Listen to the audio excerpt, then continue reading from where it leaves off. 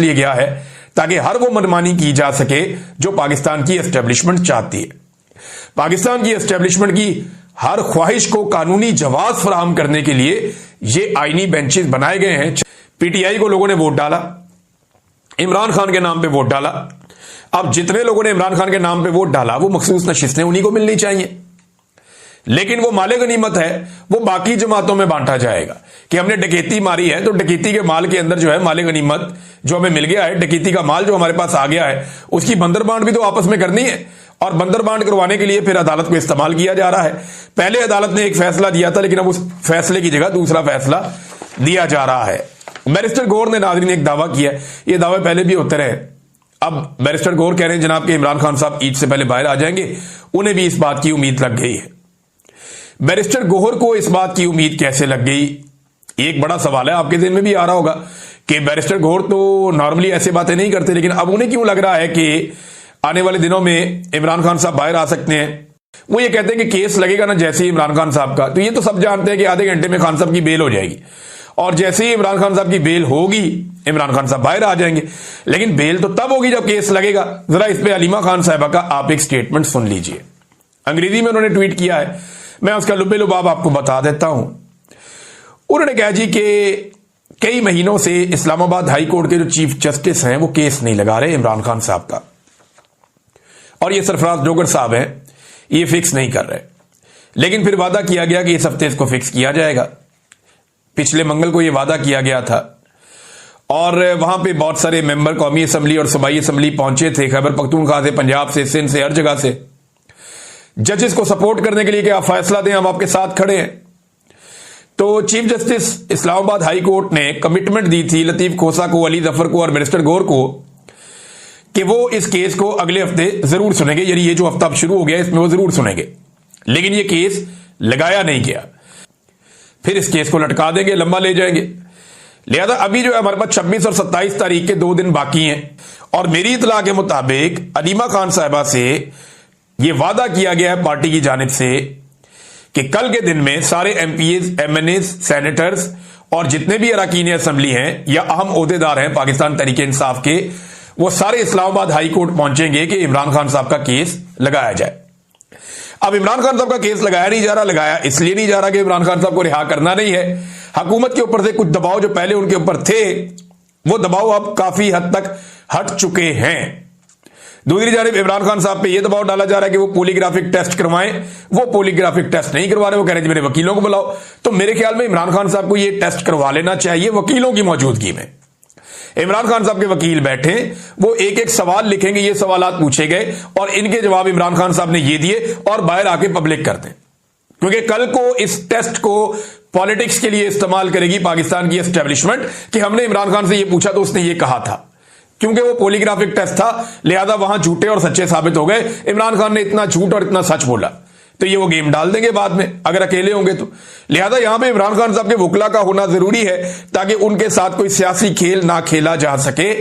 ये इमरान खान साहब का मुतालबा है, ये मुतालबा मान लिया जाए तो फिर बेहतर है। लेकिन केसेस इमरान खान साहब के नहीं लगाए जा रहे। अब 27 तारीख कल को लगेगा या नहीं लगेगा। वैसे एस्टेब्लिशमेंट जिस वक्त होश के नाखून लेगी या जिस वक्त अदलिया पर दबाव डालना छोड़ेगी तो गर्मियों की छुट्टियों में भी केसेस लग सकते हैं। आपको याद है ना, नवाज शरीफ साहब के लिए अदालत चली गई थी एयरपोर्ट पे इंसाफ देने के लिए मियां साहब को। हालांकि उस वक्त वो सजा याफ्ता मुजरिम थे, लेकिन उन्हें पहुंचाया गया फिर हेलीकॉप्टर पे वहां पे मीनारे पाकिस्तान में, जहां पाकिस्तान तहरीक इंसाफ को 3 साल हो गए, उनको जलसे की इजाजत ही नहीं मिल रही।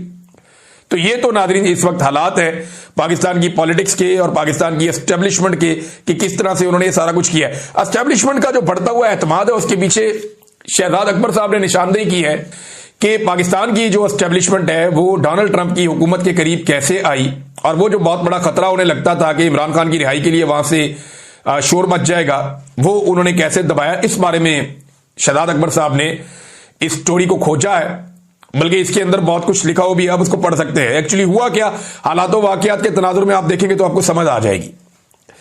लेकिन हुआ यह है कि सदारती जो डिप्लोमेसी है उसको खानदानी कारोबार के लिए इस्तेमाल किया जा रहा है डोनाल्ड ट्रंप की जानिब से, उन पर इल्जाम लगाया जाता है। आसिम मुनीर साहब जब फील्ड मार्शल बने ना तो उसके बाद बिलाल बिन साकिब नामी एक किरदार है, ये बहुत आसपास दिखाई देता है।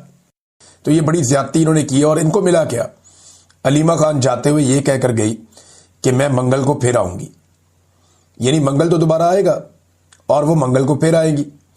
तो ये रियासत की एक नाकामी है। रियासत हमेशा वो रास्ते ढूंढती है जहां पे वो उस सिलसिले को रोके जिससे वो परेशान हो रही है, ना कि वो फॉर द टाइम बीइंग किसी चीज को कंट्रोल कर ले और वो चीज उससे बड़ी होकर सामने आ जाए। ये रियासत की नाकामी का मुंह बोलता सबूत है। इनके पास कोई हल नहीं है, एक के बाद एक नमूना लॉन्च करते हैं और मिलता कुछ नहीं है। फजलुर रहमान साहब भी इसके खिलाफ बोल उठे। फजलुर रहमान साहब ने कहा जी देखें, पुरअमन एहतजाज करना हक है लोगों का और मैं शदीद मजम्मत करता हूं जो कुछ भी किया गया रात के वक्त। फिर उन्होंने कहा कि कैदी से मुलाकात करना उनके खानदान वालों का एक बुनियादी हक है और ये मुलाकातें नहीं रोकी जानी चाहिए। ये ज्यादती की जा रही है, अरकान असम्बली के साथ वहां पे बड़ी ज्यादती की गई है। इस पे फजलुर रहमान साहब ने आवाज उठाई। सुहेल अफरीदी का भी रद्द अमल आया, वजीर आला खैबर पख्तूनख्वा का। वो ये कह रहे हैं ये जुल्म, जबर और फस्तायत सब लिखा जा रहा है और सब याद रखा जाएगा। वक्त हमेशा एक जैसा नहीं रहता, क्योंकि मेरा रब जिसको चाहता है बादशाहत दे देता है और जिससे चाहता है छीन लेता है। जमहूरियत में कुर्सी कभी किसी एक के पास होती है तो कभी दूसरे के पास। हमारा हर एक कदम आइन और कानून के मुताबिक है। हकीकी आज़ादी की जिद्दोजहद में हमने कभी कानून को अपने हाथ में नहीं लिया। इसके बावजूद कुछ दिन पहले इमरान खान साहब की बहनों पर तशद्दुद किया गया और उनको बालों से पकड़ा गया। कल उन पर सर्दी की ठंडी रात में पानी फेंका गया। इनको एक दफा फिर जमीन पर गिराया गया। ये पंजाब के जिला रावलपिंडी में अडियाला रोड पर किया गया है। इस सूबे में एक औरत की जाली हुकूमत है। कल जब उनकी बारी होगी तो फिर औरत कार्ड खेलने वालों के साथ भी कोई जवाब नहीं होगा। जो इनको लाए हैं, जिनके दम पर ये उछल रहे हैं, तो 1947 से लेकर आज तक वो बच जाते हैं। लेकिन पहली दफा एक सियासी हुकूमत जो कि जाली है, 3.5 साल से मुसलसल जबर के तमाम रिकॉर्ड तोड़ रही है। औरतों और बच्चों से लेकर बूढ़ों तक, वर्कर से लेकर वजीर आला तक और वजीर आला से लेकर साबिक वजीर आजम तक, किसी को भी नहीं छोड़ा गया। हर एक बंदा जुल्म का निशाना बना। इनमें से एक भी ना एंटी स्टेट है, ना कोई मुजरिम और ना ही करप्ट है, लेकिन तुम सब हो और फिर बर्दाश्त नहीं कर पाओगे। यानी तुम्हारे साथ ये सारा कुछ होगा, तुमसे फिर बाद में बर्दाश्त नहीं होगा। आगे बुशरा बीबी के बारे में, इमरान खान के भांजे के बारे में लिखा है। फिर उन्होंने ये भी लिखा कि कोई केस हो या ना हो, औरत का बीवी होना, बेटी होना या बहन होना, कोई एक चीज भी काम नहीं आएगी। ये इस मुल्क में कर दिया गया है। ये सब लिखा जा रहा है और सब याद रखा जाएगा। देखिए ये जो कर रहे हैं ना, बुशरा बीबी तो गैर सियासी खातून है। इमरान खान साहब का तो स्टेटमेंट बाहर आता है ना, जिससे डर है। या आसिम मुनीर को पसंद नहीं है कि इमरान खान साहब उन्हें जहनी मरीज किया, और ये बड़ा इशू बन गया है। ये इतना बड़ा इशू बन गया है जहनी मरीज का लफ्ज कि ये आसाब पे सवार हो गया मिलिट्री एस्टेब्लिशमेंट की। इमरान खान साहब की एक खूबी है कि वो जिस शख्स को जो लफ्ज दे देते हैं या जिसके बारे में जो बोलते हैं, लोग फिर उसको उसी तरह से देखना शुरू हो जाते हैं और थोड़े अरसे के बाद उसका इमेज ही वो बन जाता है। ये प्रॉब्लम है। अब इमरान खान साहब ने आसिम मुनीर साहब को ज़हनी मरीज का खिताब दे दिया कि ये ज़हनी मरीज है। अब हर इवेंट के बाद लोगों को लगता है कि शायद ये ऐसे ही है, लेकिन शाहिद अफरीदी साहब जैसे लोग हैं वो ये जानते हैं कि पूरा सिस्टम जो है मिलिट्री एस्टेब्लिशमेंट चला रही है, तो वो मिलिट्री एस्टेब्लिशमेंट के सहारे अपनी जिंदगी को भी चलाने की कोशिश करते हैं। बहरहाल जो उन्हें कहा जाता है वो उसी चक्कर में पड़ जाते हैं। तो इमरान खान साहब का अफरीदी जो है वो अब इन एक्शन, उसने जो एक स्टेटमेंट दिया है उससे सूरत हाल तब्दील हो गई है। जो सुहेल अफरीदी ने ये काम किया ना, ये बहुत ज़बरदस्त काम हुआ है, क्योंकि एस्टेब्लिशमेंट के देखें 2-3 चीज़ें ऐसी हैं जिनमें एस्टेब्लिशमेंट को प्रॉब्लम होती है। खैबर पख्तूनख्वा से एस्टेब्लिशमेंट को मसला क्या है? 3 चीज़ों का मसला है ना। नंबर 1, उन्हें मसला ये कि यहां से कोई तहरीक खड़ी ना हो जाए इमरान खान साहब की। अब जब गंडापुर साहब थे तब तो एस्टेब्लिशमेंट बड़ी खुश थी। शेर अफजल मरवत साहब ने यह दावा भी किया कि गंडापुर से आर्मी चीफ आसिम मुनीर भी बड़े खुश थे। तो इमरान खान साहब से, या तो इसका मतलब है इमरान खान साहब का फैसला ये भी ठीक निकला कि गंडापुर को हटा दिया जाए, क्योंकि देखें ना, एक आदमी से अगर इमरान खान भी खुश है और आसिम मुनीर भी खुश है, ये तो मुमकिन नहीं है। या तो एक आदमी इस वक्त, क्योंकि इमरान खान में और आसिम मुनीर में इस वक्त जो मामला पैदा हो चुका है ना, उस मामले के बाद या तो कोई शख्स आसिम मुनीर को खुश रख सकता है या इमरान खान को खुश रख सकता है। लेकिन अली अमीन गंडापुर साहब की मौजूदगी में खैबर पख्तूनख्वा से एस्टेब्लिशमेंट को ठंडी हवा आती थी, इतना कोई प्रॉब्लम होता नहीं था। तो एक तो प्रॉब्लम यह है कि खैबर पख्तूनख्वा से कोई तहरीक खड़ी नहीं होनी चाहिए। दूसरा ये है कि वहाँ के जो वसाइल हैं, मादनियात हैं, उनके हवाले से पूरी दुनिया की नज़र होती है, आपको पता है मादनियात पे। मगरबी ममालिक के अंदर बहुत बड़े बड़े इन्वेस्टर्स बैठे हुए हैं, चाइना की भी नज़र इन्हीं मादनियात पे है। तो उन मादनियात का एक कंट्रोल जो है वो एस्टेब्लिशमेंट के पास होना चाहिए। दूसरी बात ये है। और तीसरा, खैबर पख्तूनख्वा के अंदर ऑपरेशन चलता रहना चाहिए। देखें, जितना ऑपरेशन चलता है ना, किसी एरिया में जब ऑपरेशन होता है तो फोर्सेस की उतनी ज़्यादा रेलिवेंसी बढ़ जाती है। जो ममालिक तरक्की कर रहे होते हैं ना, वहाँ सियासतदानों की रेलिवेंसी बढ़ती है। जिन ममालिक में तालीम और साइंस आगे जा रही होती है, वहाँ पे वजारत साइंस और वजारत तालीम की रेलिवेंसी बढ़ जाती है। जिन ममालिक में सियाहत बहुत ज़्यादा होती है, वहाँ वज़ीर आज़म के बाद सबसे इंपॉर्टेंट वज़ीर सियाहत होता है। अब इसी तरह जो पाकिस्तान जैसा मुल्क है, वहाँ पे सारे मामलाती दिफाई हैं, लिहाजा जो दिफा के इदारे हैं वही इंपॉर्टेंट हो जाते हैं। वज़ीरों की तो यहाँ पे औकात कोई नहीं है, तो एस्टेब्लिशमेंट सारे मामला चलाती है। तो जितना ज़्यादा बदअमनी रहेगी उतनी ज़्यादा रेलिवेंसी रहेगी सिक्योरिटी फोर्सेस की। लिहाजा खैबर पख्तूनख्वा में एक ऑपरेशन और चाहिए। हालांकि लगातार खैबर पख्तूनख्वा में गुज़िश्ता कई दहाइयों से ऑपरेशन ही होते चले जा रहे हैं, लेकिन अमन नहीं आ रहा। बलूचिस्तान लगभग 50 साल से ऑपरेशन की जद में है, अभी तक बलूचिस्तान में बिल्कुल अमन नहीं आ सका। जो अकबर बुगटी को कत्ल किया गया, उसके बाद यह दावा किया गया कि अब बलूचिस्तान कंट्रोल में आ गया। 10,000 से ज़्यादा लाशें उसके बाद उठाई गई हैं। पूरी की पूरी ट्रेन अगवा हो गई थी। बलूचिस्तान में तो ऑपरेशन से मना भी कोई नहीं करता, हुकूमत भी इनकी अपनी है, निज़ाम भी इनका अपना है, लेकिन आज बलूचिस्तान की सड़कों पर कोई शख्स गुजर नहीं सकता। पूरा कंट्रोल बलूचिस्तान के ऊपर जो है वो दहशतगर्दों ने ऐसा किया हुआ है कि आप खुलकर वहाँ फेर ही नहीं सकते। अभी मेरे कोई जानने वाले लोग हैं, वो बरतानिया से बाई रोड गए पाकिस्तान, उन्होंने पहुंचना था खैबर पख्तूनख्वा। अब ईरान तक उन्हें कोई प्रॉब्लम नहीं हुई, वो पूरा यूरोप घूमते गए, तुर्की घूमते गए, ईरान घूमते गए, ईरान तक उन्हें किसी किस्म का कोई प्रॉब्लम नहीं हुआ। प्रॉब्लम कहां पे हुआ? उन्हें 15-20 घंटे इंतजार करवा दिया वहां पे तफ्तान बॉर्डर के ऊपर कि जनाब जब तक सिक्योरिटी क्लियरेंस नहीं होगी, बंदे इकट्ठे नहीं होंगे, हम आगे पीछे गाड़ियां नहीं लगाएंगे, जब तक टाइम ठीक नहीं होगा, दिन का उजाला नहीं होगा, हम उस वक्त आपको लेकर जाएंगे, बेस्ट टाइम आप आने दें। तो जिस इलाके में इतने लंबे अरसे से कई दहाइयों से ऑपरेशन चल रहा है, वहां पे अगर ये हालात हैं तो फिर आप खैबर पख्तूनख्वा को ऐसा बनाना चाहते हैं तो ऑपरेशन उनको वहां पे चाहिए। अब ऑपरेशन के हवाले से ये जो अभी किया ना सुहेल अफरीदी ने, इमरान खान वाले अफरीदी ने, ये कमाल काम किया।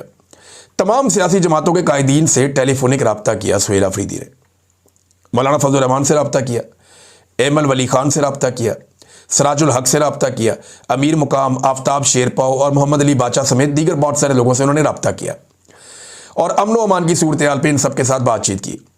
उन्होंने कहा जनाब इस पर कोई दो राय है ही नहीं हम सबकी कि यहाँ पे अमन और इस्तेहकाम हुकूमत की अव्वलीन तरजीह और यहाँ पे ये होना चाहिए, इसी तरह पाकिस्तान आगे बढ़ेगा।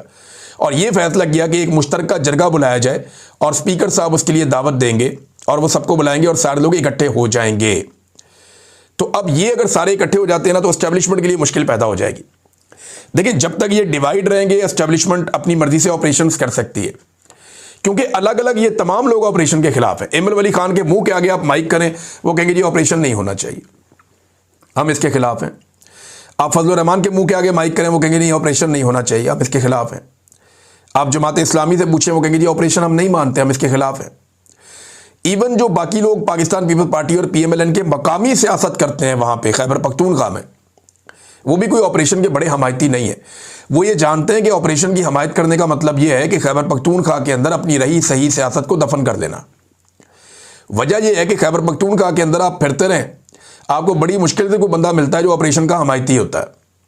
खैबर पख्तूनख्वा में ज़्यादातर लोग मिलिट्री ऑपरेशन के खिलाफ हैं और वो ये समझते हैं कि मिलिट्री ऑपरेशन जो इतनी बड़ी तादाद में खैबर पख्तूनख्वा में पहले हो चुके हैं, उनसे अमन नहीं आया तो आइंदा अमन कैसे आएगा। वो एक पॉलिटिकल सोल्यूशन चाहते हैं कि जनाब ठीक है, बैठे जरगा बुलाएं, बात करें, ताकत का इस्तेमाल रियासत ज़रूर करे, लेकिन उनके खिलाफ करे जो आगे से गोली चलाते हैं। ये जो कोलेटरल डैमेज है ये ख़त्म होना चाहिए। अब कोलेटरल डैमेज को लेकर कई लोग भाषण दे रहे थे कि जनाब कोलेटरल डैमेज हो गया तो क्या हो गया। भाई पंजाब में करवा के देख लेना आप एक दफ़ा कोलेटरल डैमेज, आप इस्लामाबाद में करवा लें कोलेटरल डैमेज, आप करवा के देख लें अपने बच्चों को, अपनी फैमिलीज को, आप कोलेटरल डैमेज के अंदर जाता हुआ देखेंगे, आपको पता चल जाएगा कि ये कितनी खौफनाक चीज़ है कि जो जुर्म आपने किए ही नहीं है, आपको उसका पता ही नहीं है, अचानक एक बम आता है और आप सारे मारे जाते हैं। ख्वाजा आसिफ साहब इसकी तौजीह देते हैं कि जनाब कोलेटरल डैमेज तो होगा, फिर तो सारे मारे जाएंगे, सबको भुगतना पड़ेगा। तो ख्वाजा साहब अगर आपके घर पे ये हो जाए तो आपको भुगतना पड़े तो फिर आप क्या करेंगे? तो दहशतगर्दी हुकूमती पॉलिसीज की वजह से आई है। रियासत ने खुद इन दहशतगर्दों को पाला है, तो अवाम इस पे कुर्बानी क्यों दें? अवाम इसमें क्यों मरें? ये है वो बड़ा सवाल जो यहां पे उठाया जाएगा। अब अलग अलग तो ये सारे कहते हैं कि ऑपरेशन नहीं होना चाहिए, लेकिन जब ये इकट्ठे होकर कहेंगे तो खैबर पख्तूनख्वा की मुश्तरका आवाज आ जाएगी कि जनाब मिलिट्री ऑपरेशन बंद किया जाए, हम कोई और सोल्यूशन निकाल कर दे रहे हैं। बातचीत करते हैं, जरगे करते हैं, जहां पे ताकत का इस्तेमाल करना है सूबाई हुकूमत करे, अपनी पुलिस को स्ट्रेंथन करे, इनके वसाइल इनके हवाले किए जाए, इनका पैसा इनके हवाले किया जाए, इनकी मादनियात के ऊपर कब्जा छोड़ दिया जाए, जो खैबर पख्तूनख्वा का पैसा है वो उनको दिया जाए ताकि वो अमन अमान के लिए इस्तेमाल करें। और जहां जरूरत पड़ेगी खैबर पख्तूनख्वा की गवर्नमेंट को, वो पैरामिलिट्री फोर्सेज या मिलिट्री को बुला के ऑपरेशन को आगे बढ़ा सकते हैं। ये इख्तियार भी फिर उनके पास है। तो अब ये मामला जो है वो सुहेल अफरीदी साहब ने कर दिए। एस्टेब्लिशमेंट कोशिश तो करेगी ये कामयाब ना हो, लेकिन बहरहाल ये होने जा रहे हैं और ये जरगा होगा। नाज़रीन, 27वीं आईनी तरमीम के हवाले से कुछ लोगों ने दावा किया, जिनमें एक दावा जो है वो किया गया फजल रहमान साहब की पार्टी के एक सीनियर रुकन है जो बड़े मशहूर हो गए थे 26वीं आईनी तरमीम के दौरान भी, उन्होंने भी वो दावा किया, और फैसल चौधरी साहब ने भी ये दावा किया, और फजल रहमान साहब की पार्टी ने भी ये दावा किया, कुछ और लोग भी ये दावा कर रहे हैं कि 27वीं आईनी तरमीम पीर को लाई जा रही है और ये एक्सटेंशन से पहले शायद इसे मुकम्मल किया जाएगा। देखिए, अगर 27वीं आईनी तरमीम आ जाती है ना, तो एक चीज़ आप सबको याद रखनी चाहिए कि अदालतों का अमली तौर पे वजूद बिल्कुल ख़त्म हो जाएगा। अभी तो अदालतें सिसक रही हैं ना, बहुत सारी ऐसी चीज़ें जो 26वीं आईनी तरमीम में एस्टेब्लिशमेंट नहीं करवा पाई, वो अब 27वीं आईनी तरमीम में हो जाएंगी। मैंने आपको बहुत पहले एक बात कही थी कि 26वीं आईनी तरमीम के बाद 27वीं आईनी तरमीम आएगी और असल तरमीम वही होगी।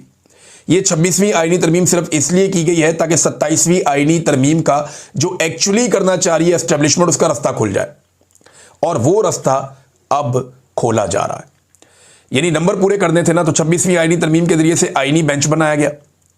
अब उस आईनी बेंच ने नंबर पूरे करने के लिए जो मखसूस नशिस्तें थीं पाकिस्तान तहरीके इंसाफ की, वो माले गनीमत के तौर पे बाकी सारी पॉलिटिकल पार्टीज में बांट दी। अब उन सब के पास अपनी अपनी मखसूस नशिस्तें आ गई। अब एस्टेब्लिशमेंट को जो है वो छापे मारने की ज़रूरत नहीं पड़ेगी। अब एस्टेब्लिशमेंट चादर और चारदीवारी के तकद्दुस शायद पामाल ना करना पड़े। अब उन्हें बहुओं, बेटियों और माओं को अगवा करने की ज़रूरत नहीं पड़ेगी। पार्लियामेंट लॉजेस और पार्लियामेंट हाउस के अंदर नकाब पोशों को दंदनाते हुए आने की ज़रूरत नहीं पड़ेगी। लोगों के बच्चे अगवा करने की ज़रूरत नहीं पड़ेगी। अरकान असम्बली को ख़रीदने और उनको दबाव में लेने की ज़रूरत नहीं पड़ेगी, क्योंकि मखसूस नशिस्तों का तोहफा आईनी बेंच दे चुका है। तो ये माले गनीमत को इस्तेमाल करके अब 27वीं आईनी तरमीम लाई जाएगी। और इस्लामाबाद से जो लोग इतला दे रहे हैं वो ये इतला दे रहे हैं कि जिन लोगों ने 27वीं आईनी तरमीम को पास करवाना है, उन्हें पता ही नहीं है कि इस तरमीम के अंदर क्या लिखा हुआ है। बस ये आएगी और पास हो जाएगी, और कोशिश ये है कि ये काम एक्सटेंशन से पहले हो जाए।